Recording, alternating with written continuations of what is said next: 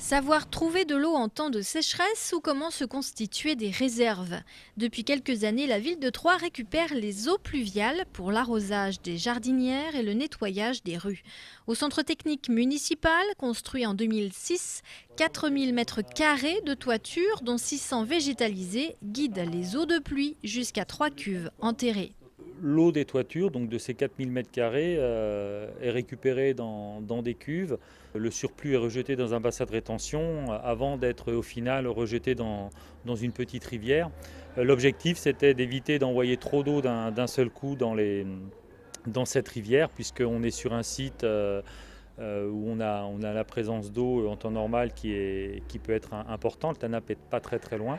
Les 3 cuves peuvent stocker jusqu'à 95 m³, de l'eau disponible à tout moment et qui avait été utilisée jusqu'à la dernière goutte cet été. Ces cuves étaient vides fin de semaine dernière, puisqu'il n'y avait pas plu depuis un temps relativement long. Là, durant le week-end, avec les précipitations, elles se sont bien sûr complètement remplies, puisqu'il faut globalement 30 mm d'eau pour arriver à remplir l'ensemble de ces cuves avec les toitures que nous avons ici. Et là, elles sont pleines et elles peuvent être de nouveau utilisées. Moins aléatoire, le deuxième point de puisage d'eau de la ville est situé place de la Libération. Là, ce sont 22 m³ d'eau en réserve.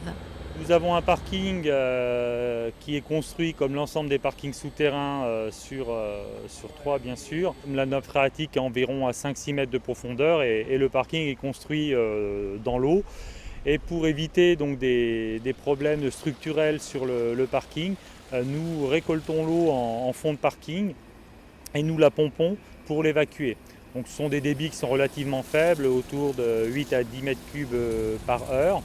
Et avant de l'évacuer donc dans la Seine, on en récupère au maximum dans des réserves pour la réutiliser pour nos propres besoins. La ville de Troyes a pu ainsi économiser de l'argent depuis la construction du centre technique municipal et la construction du parking Libération en 2008. Ce sont en effet plus de 1500 m³ d'eau qui ont été utilisés pour l'arrosage, la fontainerie, le nettoyage des voies. En somme, une manne tombée du ciel.